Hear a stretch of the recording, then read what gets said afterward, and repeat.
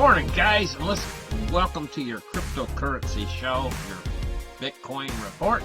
And listen, I'm glad to have you guys here. Now let's get the show started. Let's turn the charts on right here, and I hit the wrong button. Okay, never mind. Okay, I got it. Got the charts on. Good. Okay, so let's take a look at Bitstamp today, and we're going to take a look at our Bitcoin price of $6,408 at Bitstamp. And what do we notice here? Well, I'll tell you what I notice. What happens is we had Bitcoin right up, of course, to $19,666, and we've had these fall-offs in price. We've had a declining market, a bear market, for quite a little while now. But I get this awful buzzing in my earphones, driving me crazy. There, fixed. Okay, so we got these fall-offs in price. Now, what we got to do is we got to take a really close look at these fall-offs right now in price. And what we see is the lowest of which took us down to $5,774. Now, it wasn't this one right here. This one only took us down to like 5,900, the first one, the initial one. That was the initial shock, like it's this downwards spiral. And then the next one didn't quite go quite as low, but it seems like it's trying to bounce off of 6,000. Okay? So now we've had the third one. The third one's the greatest. Now we take a look at the third one. It was 5,774. Now we just had one, right? And it went down to 59.95. Okay? So what do we notice about these? Well, this was the worst one right here, 57.74. Now, there's the entire possibility that this was the lowest bottom.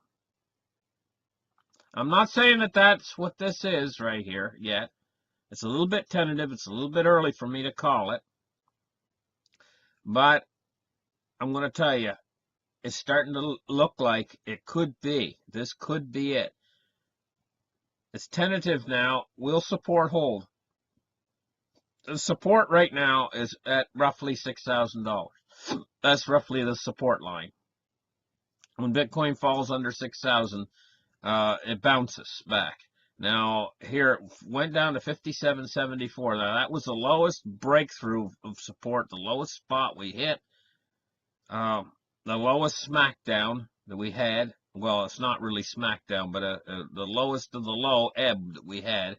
And now look, okay, so there's the lowest of the lowest. What's happening now? Can we get in a little bit closer? We went into the lowest of the lowest, and now this one didn't bottom out quite as low. So there's our line right there. We can see that the last one was the lowest, 57.74. Now this one bounced off of support, and now it looks to me like she's moving back up on this bounce. And notice too that the highs are not quite as high each time. Look, this one's lower than this one and lower than this one. What it's doing is it's finding that sweet spot, right? And now it's bouncing off of support. This doesn't look. It looks like it's getting ready. This market looks like it's getting ready. It's coming down. It's testing that. It's testing that spot of $6,000 over and over again, and now it's bouncing off a little bit higher. It's bouncing off right at 6,000 instead of 5,700. Now, I hit this buying opportunity of 5,700. I told you guys about it, and I also I bought in here. It was higher up here around 8,000, and then I bought in. I hit this one down here of about 6,100. This buying spot. Now we're right in right now. If this market turns upwards, we're right in and maybe as low as you're going to get these coins right now. So I'm going to tell you what. I'm almost thinking about getting a little bit more. I'll tell you, because this market could turn upwards. Seriously, and you could lose any more opportunity to get any more before this thing turns up. It could. at this point. We might have seen the end of the bear run, maybe. Now I'm using a lot of maybes and coulds here in my expressions, because she could break through support of 6,000 and go down lower. So it's going to do one of two things here at this point. It's going to move upwards or downwards from this support line of 6,000. My tendency is to think that she's on her way up now again. I'm going to give it percentages right now. I'm going to give it a 60-40 split. I'm going to say, in my mind, I think she's probably a 60% chance she's going to move upwards from this line of $6,000 now, as she's tested her bottoms. I think there's about a 60% chance that's what's happening, and there's about a 40% chance right now, I'm going to give it, that it's going to break through support of the $6,000 and then fall lower. I don't think you're ever going to see it go below 4,000 at this point, though. If it does break through support, if it does break through support, it could fall quite a little ways, but I don't think you're ever going to see it go below $4,000 again. That's just me, and there's a couple reasons why I'm basing those numbers on. Anyway, let's move on. Let's talk about the cryptocurrency market capitalizations right now. And what we're looking at is $217 billion market cap. That's the lowest market cap we've seen in a while. Just barely over 200 billion. 51.1% Bitcoin dominance. That's amazingly high Bitcoin dominance. It shows that people are scared of these coins now at this point in the game. And they're selling off their altcoins. They're moving into Bitcoin, and Bitcoin is the only thing that's holding this circus tent up at this point. It's the center pole that's holding the tent up, and if Bitcoin falls too far, all of these coins are really going to suffer.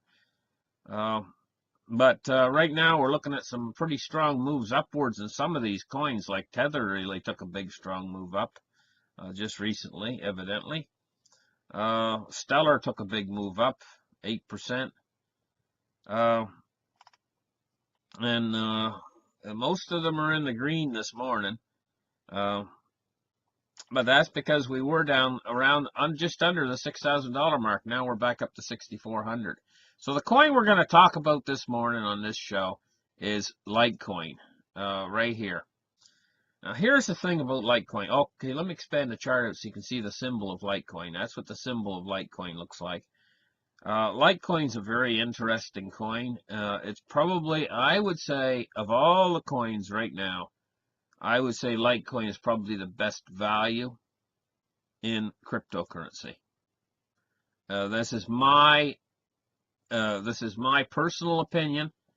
I think Litecoin is the best value in cryptocurrency, and I'm going to tell you why. I'm going to call it the unseen hand behind the cryptocurrencies. Going all the way back to the start of cryptocurrency, very near the start of cryptocurrency, all the way back like to 2011. And Bitcoin started in 2009. So going back to 2011 is a long way back in cryptocurrency speaking. Litecoin has been silver to Bitcoin's gold.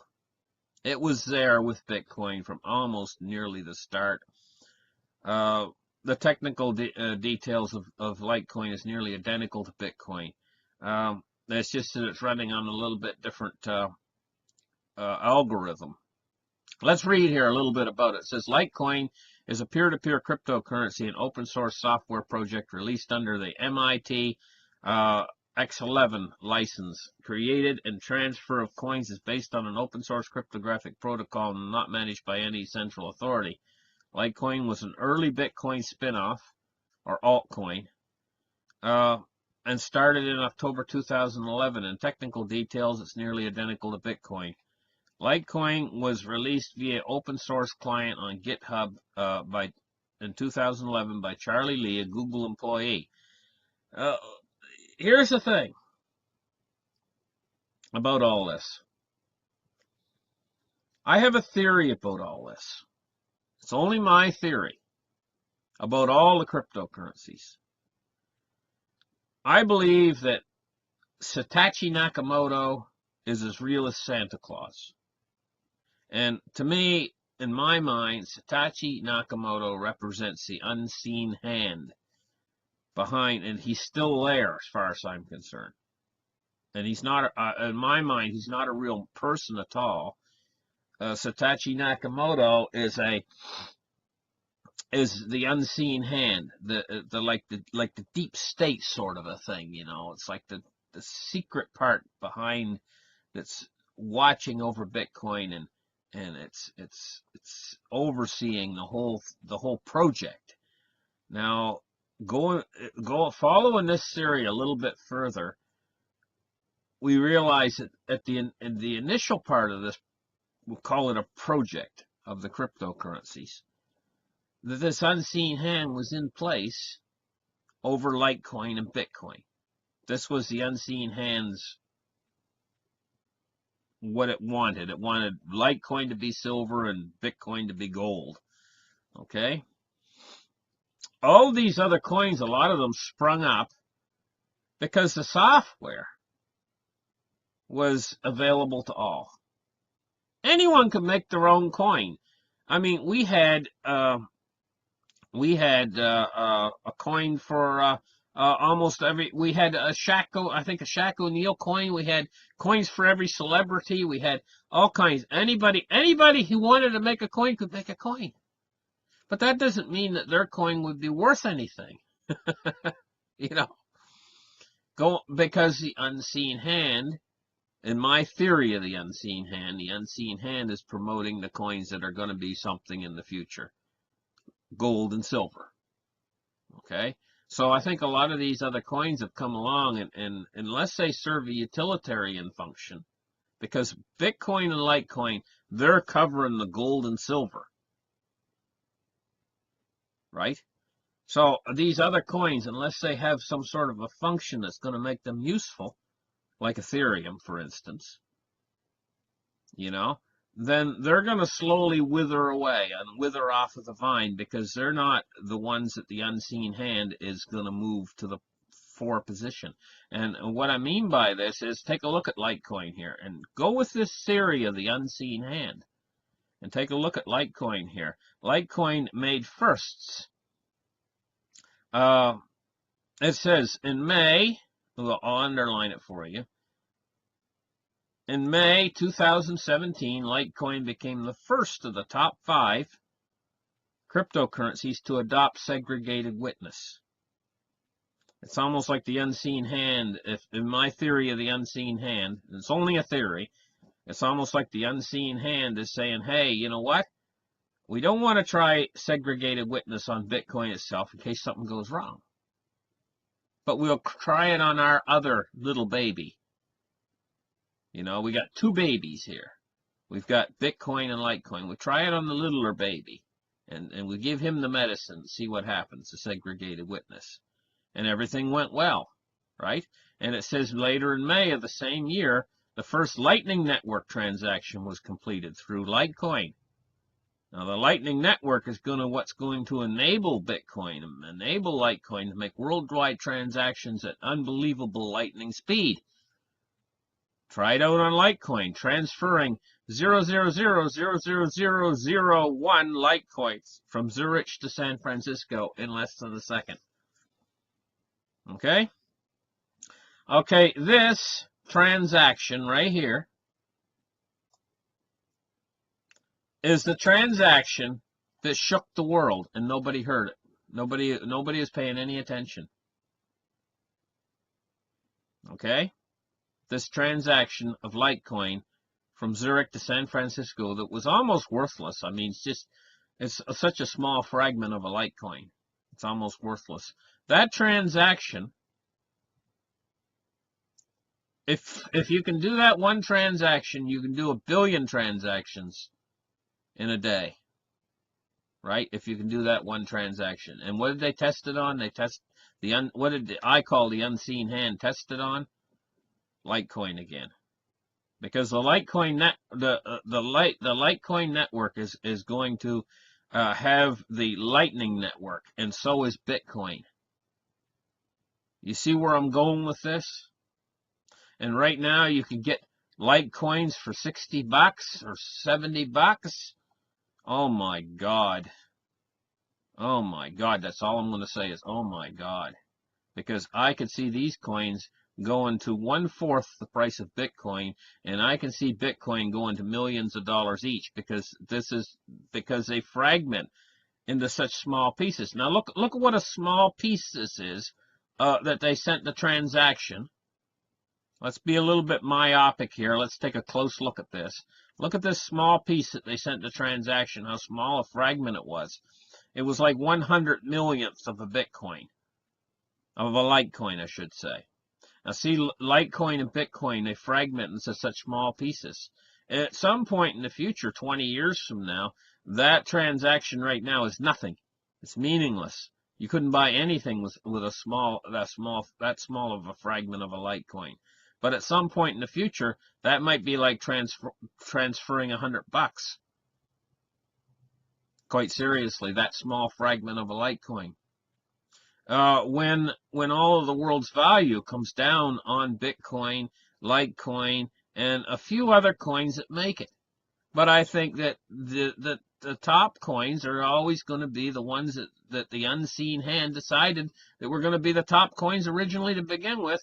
And Litecoin's lagging back there a little bit, but I think it's going to catch up eventually. I'm going by my theory of the unseen hand. And so this unseen hand, I think, is behind the scenes been directing this coin activity, all of the coins, but I think that some of these coins are just been created because basically the software was free.